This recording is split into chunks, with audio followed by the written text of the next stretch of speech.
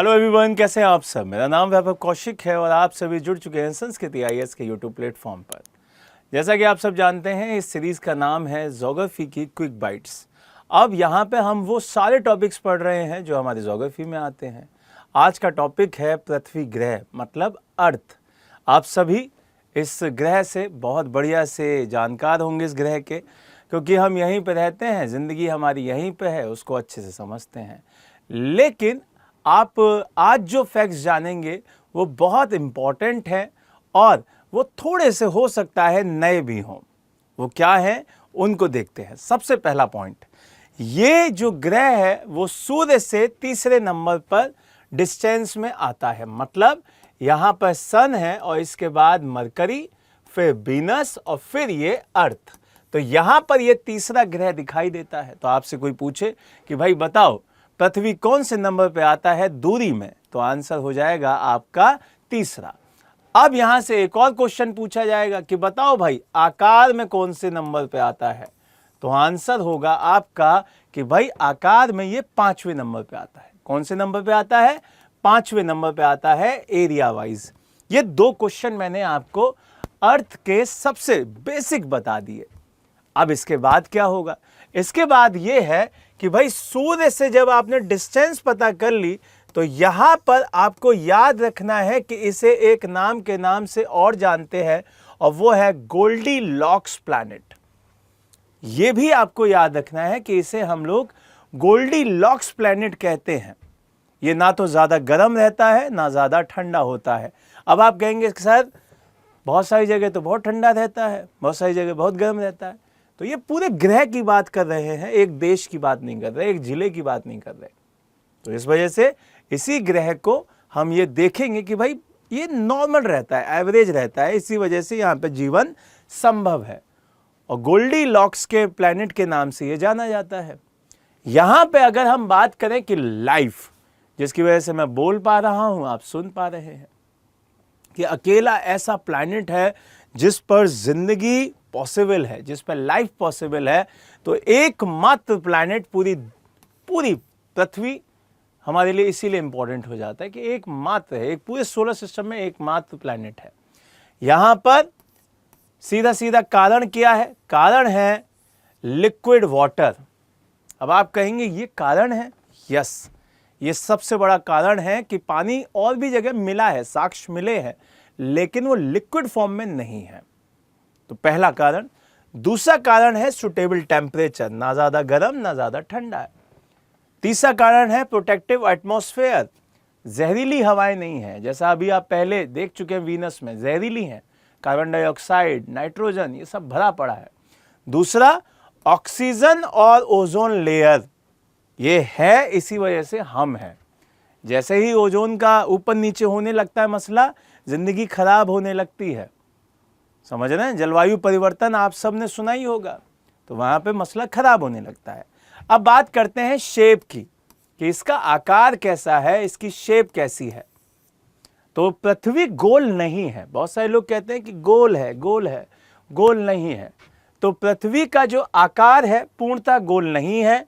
ध्रुवों पे ये चपटी दिखाई देती है, ध्रुवों का मतलब पोल्स पे ये चपटी दिखाई देती है। और जो भूमध्य सागर है, मतलब जो हमारी इक्वेटर है, वहां पे ये कैसी दिखाई देती है? वहां पे ये उभरी हुई दिखाई देती है। तो इसी वजह से आपसे एक और क्वेश्चन आएगा कि भाई जो इक्वेटोरियल रेडियस है वो ज्यादा दिखाई देता है पोलर रेडियस के अपेक्षा। तो ये भी आपके लिए बहुत इंपॉर्टेंट हो जाता है, यहां से आपका एक क्वेश्चन बन जाएगा। फिर आते हैं एटमॉस्फेयर की जो कंस्ट्रक्शन है उसके ऊपर, जो उसके अंदर संगठक पाए जाते हैं उनके ऊपर। तो यहां पर आपको नाइट्रोजन 78% अप्रोक्स, ऊपर नीचे परसेंटेज बहुत हल्का सा, पॉइंट डिग्री के बाद थोड़ा बहुत चेंज हो जाता है।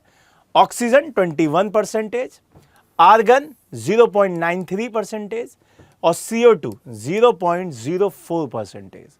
इसके अलावा और भी यहाँ पे गैसेज हैं, लेकिन वो फिर बहुत डेप्थ में जाना होगा, तो उसको हम पृथ्वी का जब आगे का सेगमेंट पढ़ रहे होंगे तो वहां पे पढ़ेंगे, एटमॉस्फेयर में पढ़ेंगे। क्लियर है ये बात? आगे देखते हैं, चीजों को आगे समझते हैं।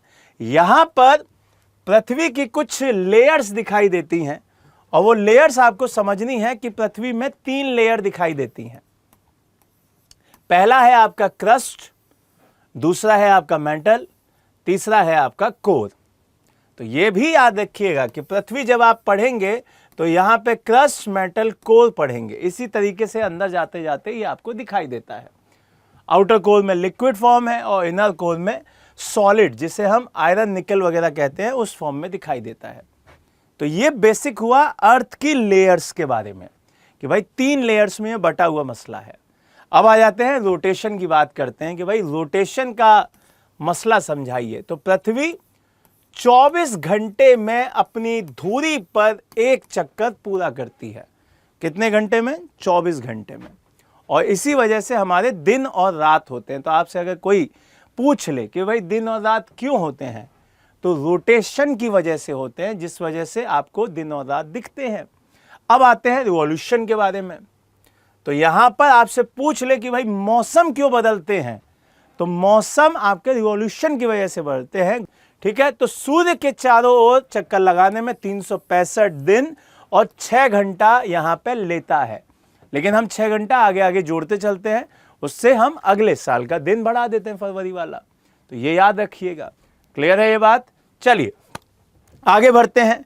अब आगे दिखाई देगा आपको एक और नया पॉइंट, और वो नया पॉइंट क्या है? मून का। अभी तक 2 प्लेनेट हमने पढ़े थे, वहां पे मून नहीं आया था, लेकिन यहां पे हमारा एक सैटेलाइट है जिसको हम अपने पृथ्वी का क्या कहते हैं? उपग्रह कहते हैं, और उसको नाम दिया गया है मून। बेसिकली उपग्रहों को मून ही कह दिया जाता है आम भाषा में, लेकिन हमारे यहाँ चंद्रमा ही कहा जाता है उसे। तो ये पृथ्वी का एकमात्र क्या है? प्राकृतिक उपग्रह। अब यहाँ पे एक शब्द आया प्राकृतिक। प्राकृतिक उपग्रह के अलावा भी जो हम छोड़ते हैं उनको उपग्रह कहते हैं, लेकिन वो हमारे आर्टिफिशियल सैटेलाइट में आते हैं। क्लियर? तो ये चीज याद रखिएगा। डिस्टेंस वाइज आपको ये चीजें ध्यान रखनी है कि इसी की वजह से टाइड्स वगैरह आते हैं।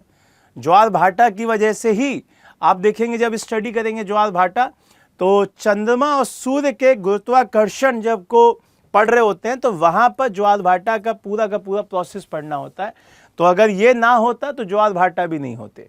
तो ये आपको याद रखना है। अब लास्ट में आप सभी के लिए क्वेश्चन कि भाई जिस प्लैनेट में हम रहते हैं वहां का क्वेश्चन तो हम बता ही देंगे। क्वेश्चन क्या है कि पृथ्वी के वायुमंडल में कौन सी गैस सबसे अधिक मात्रा में पाई जाती है, और जो कि क्वेश्चन आपके पेपर में कई बार आया है। इसका आंसर कमेंट बॉक्स में जरूर दीजिएगा। उम्मीद है कि आप आंसर सही देंगे और आप मुझे फील कराएंगे कि आप अच्छे से समझ पाए हैं। सारे के सारे लोग इस अभियान से, इस सीरीज से जरूर जुड़िए। सीरीज का नाम याद रखिएगा, नाम है क्विक ज्योग्राफी बाइट्स। नए टॉपिक के साथ दोबारा मिलेंगे। जय हिंद, जय भारत।